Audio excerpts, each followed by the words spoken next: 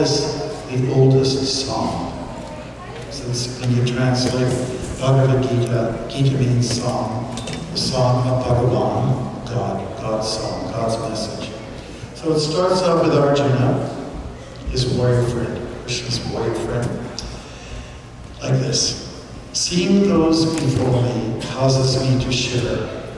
To lift my bow is as though I had never. Hairs stand on end. Mind is reeling. I'm confused. It's new, this kind of feeling. Shri Krishna, I just cannot fight. There's something here that is not right. Krishna then responds, Arjuna, you've lost your sense of duty. A man in defense renounced a warrior's beauty. For the wise, there's a different point of view of eternity. No birth, no death, known by few. Consider the world which is full of duality. Good and bad is its only reality. The major point is to not lament. The soul is forever. That is my comment. Moving through bodies from young to old, from old to young, this circle does unfold. Arjuna then says, Krishna, what is the force that compels one to do wrong? If you could, please include this in your song. Krishna says, it is desire, born of passion, then wrath, that keeps us covered and obscures the path. Perform your yoga and your sacrifice for the Creator, and then all will be nice. Arjuna then says, Krishna, yoga can be tried for calming the mind, but the mind is an instrument of a different kind. I'm fine if asked to harness the wind, but the mind cannot be anchored or pinned. Then Krishna says, begin the process, take it easy and slow. In the end, there's freedom. The soul will then glow.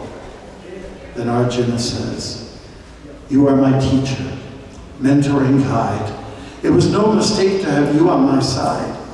I've come to consider about you there is more. It's your cosmic form that I wish to explore. Then Krishna says, the form is manifest when we have the eyes. Otherwise, there's the tendency to despise. I reveal it to those whose devotion is clear. When friendship is firm, to them I am dear. It is surrender through service that is so sweet.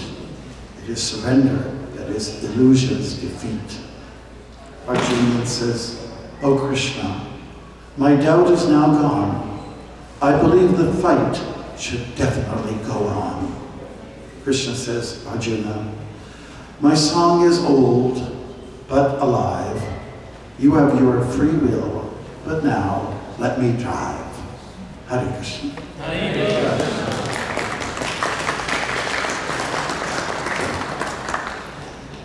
And so it was Krishna who spoke the Bhagavad Gita originally, so that is the greatest gift.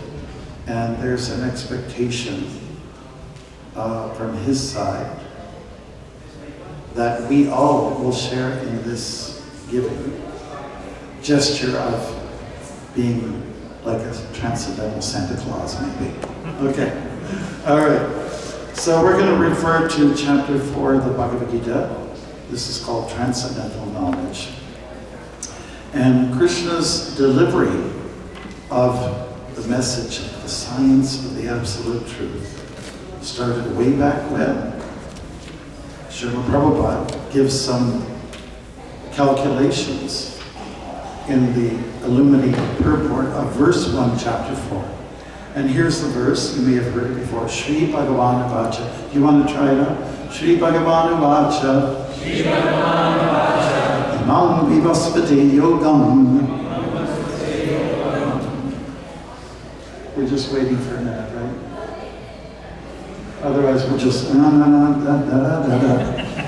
Okay, let's do it again. Imam vivasvati yogam proktavan aham avyayam vivasvan manavi praha manur Iskcon bravit. And the translation: the personality of Godhead, Lord Sri Krishna, said, I instructed this imperishable science of yoga to the sun god, Vivaswan. And Vivaswan instructed it to Manu, the father of mankind, and Manu in turn instructed it to Iskcon. So Krishna's delivering the message, and he did it long ago, and he spoke his message to the, just like on this, hello over there in the hallway. Hello in the hallway, reception desk. Please have a little respect. Thanks. Okay, so Krishna is speaking this message, as is indicated here, to a demigod, the sun god, Vivaswan, long ago. And it was, the obligation was upon him to now transmit information to the next in line. So the next lucky fellow is Manu, who's a progenitor, considered to be the father of mankind. Manu establishes laws and policies, principles of dharma whereby people live, to have a safer life, a more guaranteed life that will eventually lead you to liberation. Then Manu in turn speaks to Iskcon, who is a pious king who appeared in the Raghu dynasty, or the dynasty of Ramachandra. Yeah. So then, where does it go from there? Well, this has all been handed down to the next level, human beings, us. Unless, if I'm mistaken, do we have any demigods in the room here? Do we have God here? Okay. Do we have any progenitors of mankind? Progenitors, they could father many children. And most people in this room have, if you're a parent, you have 2 kids, average. Am I right about that? 2.5. Something like that. Okay. It's not so glorious, our position these days. We don't populate the way we used to. But anyways, we are the lucky recipients of this message of Bhagavad Gita. And what is really saying, in essence, it's saying that a few things. I'm not this body. I'm a spirit. I'm a small little spark of life, meant to serve. Unfortunately, we don't serve, but we swerve. And serve what? Whom? The Supreme, the universe, the source of everything. Krishna, Bhagavan. The one little light has an obligation to serve the great light, and that is Krishna. People talk about yoga, and that's mentioned here, the science of yoga to the sun god. Yoga means to link up, to reconnect. And people use that word a lot these days. I'm just connecting. Okay. I remember the first walk I did across Canada. I was in British Columbia, and there was this young woman, she pulled over and said, she was kind of like a free-spirited person. She came out and she said, I saw you earlier on, and a few hours back, you were on the road then, and you're still on the road. I was wondering, what are you doing? I said, well, I'm walking across Canada for the spiritual healing of the nation. I thought it was going to be something like that. I said, well, I'm just going to the river to connect with the river. Yeah, so the whole idea of yoga, people are misinformed about yoga. For a lot of people, it means wearing tight clothes, and doing some postures, looking like a pretzel. And, but it's much more than that. It's not just connecting with the people who are next to you in the yoga room and going through some breathing exercises, but it means to connect with the source of everything, to connect with Krishna. And this is his book, this is his message, which he sees to it that the information continues on. Now, sometimes people, they wonder, I looked at your disciplic succession here, I looked at your list, and it's an interesting list, wherever we may find it right now. I'm not sure exactly at the moment. 21, thank you. Check 21. Is that in the Roman letters? Okay. It is. Okay, people say, well, it looks like there's some pocket holes in there. It looks like the whole history is not covered. Because it looks like you have some grandiose teachers in there, pundits, who deliver the information to their contemporaries. But sometimes there are like big gaps in history. It looks like there isn't anybody there. Like, did it all go underground? Did it vanish? Did it get buried over? Did the snow take over? You know, so the answer is there's one key person who keeps it all together, and his name is Vyasadeva, who outlives everyone, and is able to just keep the link, keep the chain going. You know? Chains are important. If you ever had to haul things, you know, attach something to your vehicle, and you're trying to, you have like a, what do you call it, a U-Haul or something like. Chains are important, you know. And in this case, chains are very important, that the information that's transmitted is coming from a pure source and that the integrity is maintained over time. How can you be sure that there will be integrity? Well, it shows in a person's character. There has to be honesty. I think that's one part of integrity. Honesty. What else? Clean. Being austere. You know, those types of things. Being very dharmic, you know, following your order, your social, psychophysical nature. All those kind of qualities or traits are usually inherent in people who are the ones that can deliver the song properly. Okay. So back in the 60s, there was this, a folk singer, her name was Melanie. Is anybody old like me? Melanie? Yeah, do you remember? Yeah, she was great, right? She wrote a song called, What Have They Done to My Song? What have they done to my song? Okay, and basically it has something to do with the music industry that tries to control the artist and tries to say, no, you can't put that in there, you have to put this in there, you know, and like that, because we know we'll make lots of money if you make those adjustments. And so sometimes the artist or the vocalist has to come to what the music industry, what the big guys out there tell you to do. So in the case of Krishna and his pure message of surrender to the Supreme to himself, is that people will take the song and distort it. There's a lot of people who have taken the Bhagavad Gita and have put their own little twist to it. Like we were talking about earlier, like silly putty, you know, Play-Doh. Did you used to do that, Brian? Like, take Play-Doh and stick it on the funniest newspaper and put it on there. Or somebody you didn't like, you know, somebody that, you know, like, put them and then you distort their ears, they go out like this, elongate their nose, and put a big chin down here, or point their head like this.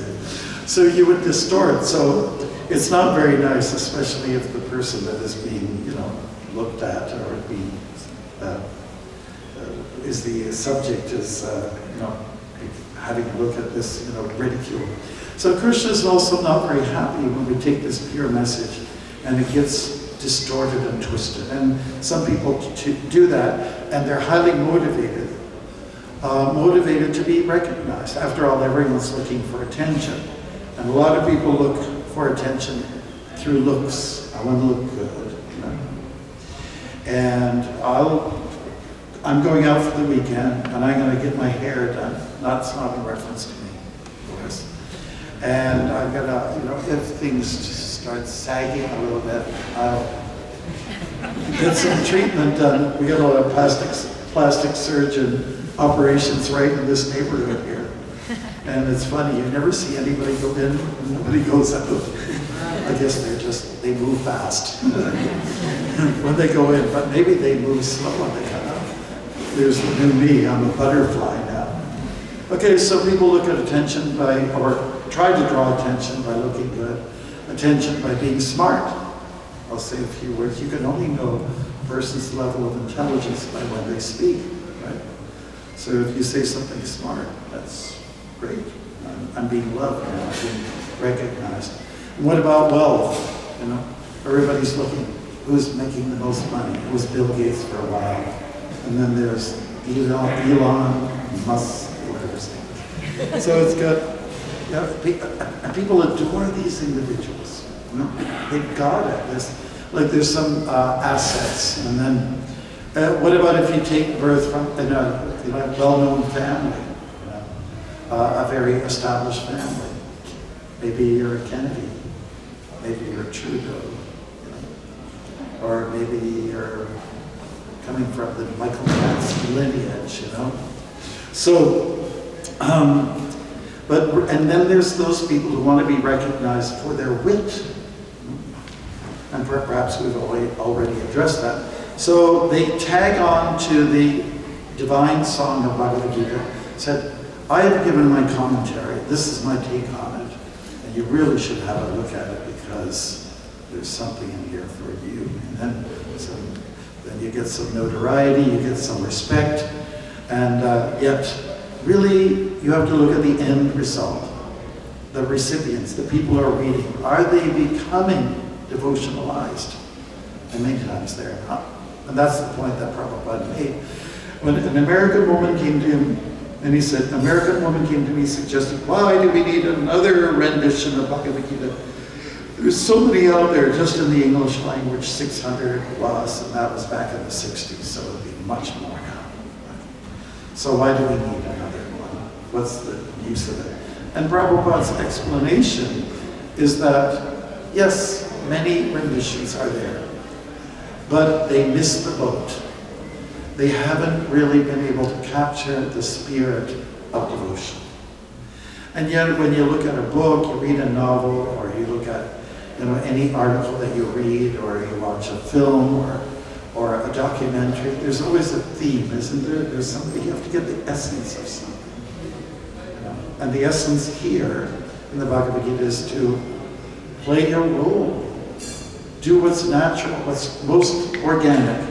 And that is to surrender and stop fighting, stop resisting, resist the resistance, and just submit to Krishna, who is much greater than I am.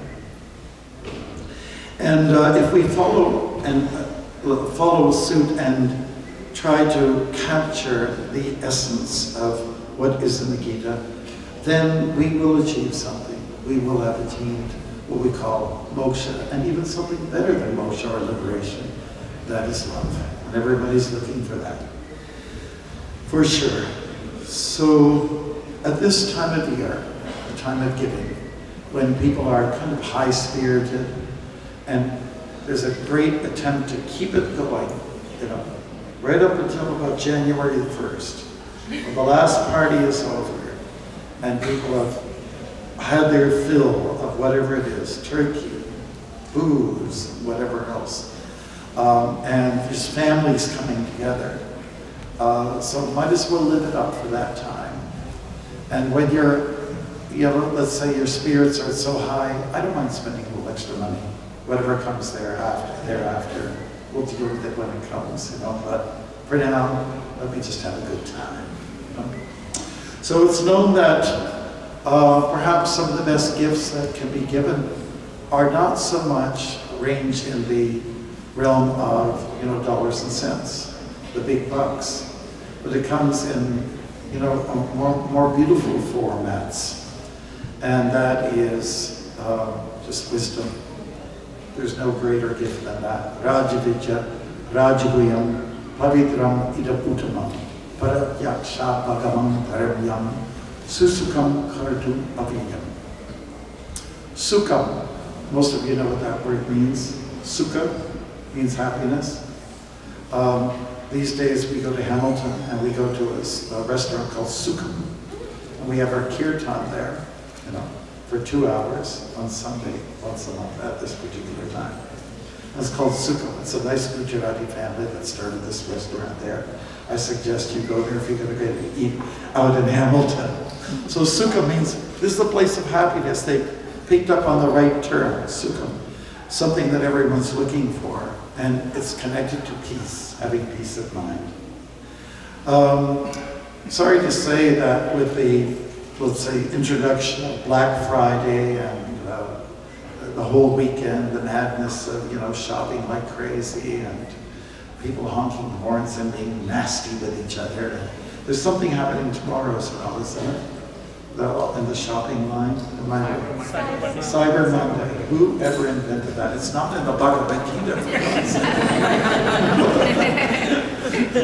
And Black Friday. Some people will just say you have to change the name, it's too racist, blah, blah, blah. Anyways, but there's generally not a great amount of happiness that comes at this time of the year. For some it does. It's just a matter of how you apply yourself. And if you work at this troubled mind and go to, instead of getting all riled up and finding yourself enwrapped in like a cocoon in the Rajagun, the mode of passion, why not try the mode of goodness for a change, Just calm down, have some downtime. Go in a peaceful place and just hear some beautiful music that will stir up your devotions, your heart, and chant these mantras that we've just been doing. Apply it and make a difference, and you're going to have a better Christmas, holiday season, just by a different twist or a different turn on the holiday season. So the devotees have figured out a way to how to make Christmas and this season a very special time, and it is nothing short of being in the giving mode, sharing. That's really important. Sharing is caring, after all, right? And so all over the world, devotees are engaged in sponsorship of Bhagavad Gita, this beautiful, perfect song, which is really the oldest song coming from the Supreme. And delivering it to people who need it. Who needs it? All of us. All of us. And just to quote again, from some of these, great luminaries like Thoreau, said, "In the morning I bathe my intellect in the stupendous and cosmogonal philosophy of the Bhagavad Gita, in comparison with which our modern world and its literature seem puny and trivial." And Emerson says, "I owed a magnificent day to the Bhagavad Gita. It was the first of books. It was as if an empire spoke to us, nothing small or unworthy, but large, serene, consistent, the voice of an old intelligence, which in another age and climate had pondered and thus disposed of the same questions which exercise us." Wow, that's pretty good stuff, isn't it? Really eloquently spoken. So that is what we're asking you folks to do, is to help in the sharing of this great wisdom. And you know what I'm talking about. You'll be passionate about it when you just set your eyes on some of these verses and see, well, that's relevant to my situation. As you know, Arjuna, he was a troubled person, and he just wanted to get out of it. He had an agitated mind, but he wanted a peaceful mind. And so he went to the right person. He was at the right place, at the right time, under the right circumstances. Krishna was there to indulge and deliver the message which would bring about all that would be satisfactory to any conditioned soul. So that's what we are. We're all souls. So we've got, I understand someone's supposed to come up here and cut me off a little bit and say something about Bhagavad Gita. Am I right about that? Yeah? Or did I cut myself off a little early? Well, I'm kind of like ready to rock and roll with you. But anyways, if you can keep this in mind, it's very interesting that the message of truth came from Bhagavan, from God. Then it descended to the next level to a demigod, Vivaswan. Next level to Manu, a progenitor, an important place in the universe. And then finally to a pious king, head of state. And then finally it comes to us now.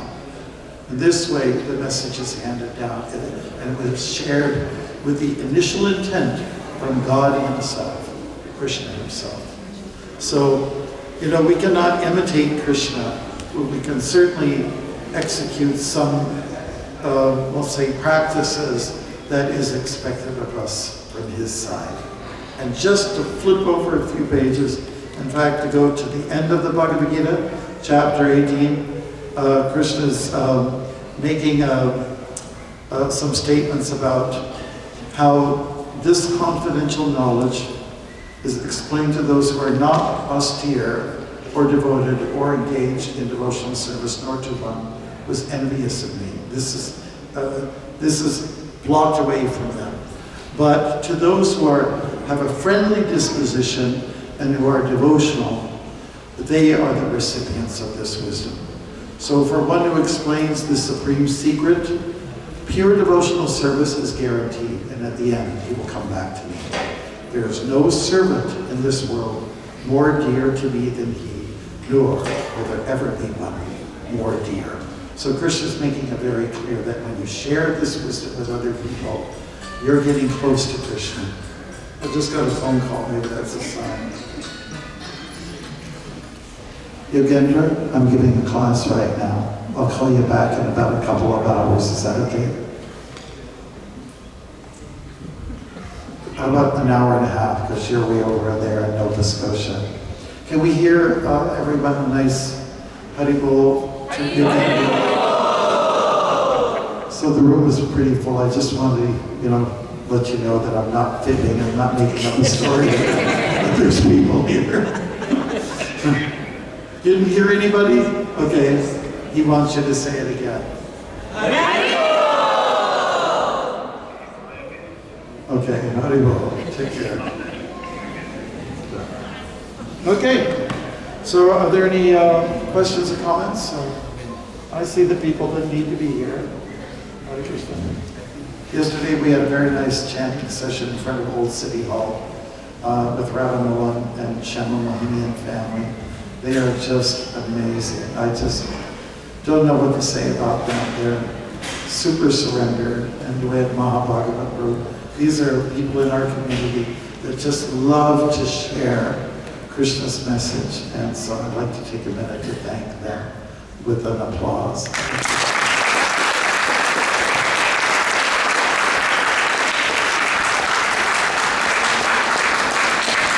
And there are others, of course. So I know Marge just asked if there's any questions or comments, so I'll ask that first before we, there's a question. I'm going to hand over the microphone and take it back quickly. Hare Krishna Swamiji. Bhagavad Gita says that the core purpose of everyone is to attain God, is to go back to Krishna. What does attain God mean? Can you explain that? Thank you.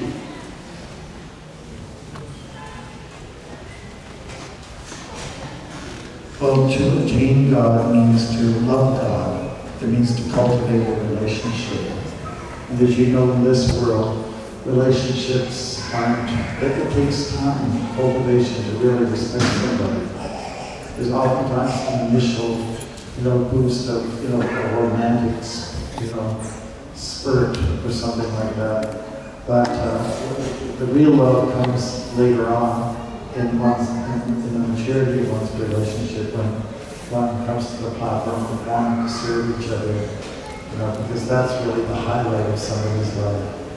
So if you're asking the question, what does it mean to attain God means to be in the service of the Lord. It doesn't mean to merge into the Brahmajoti, Brahman, or anything like that, or to just be still and just simply exist. It means to get on with life, to get on with activity, to be mobile, as Krishna was telling Arjuna. Let's get out here and let's do something.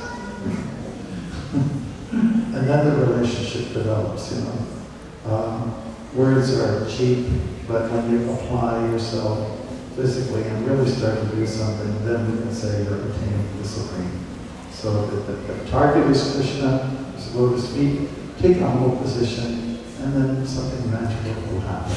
Hare Krishna.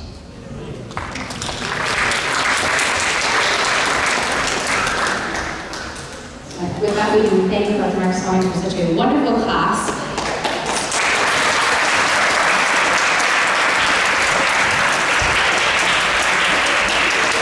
A great class summarizing about Gita, but also how we can all practically be part of the giving season right now. So we have some announcements before we get into a bit more details, but we do have a bit of a mover here right now, bringing in some boxes, and we'll explain that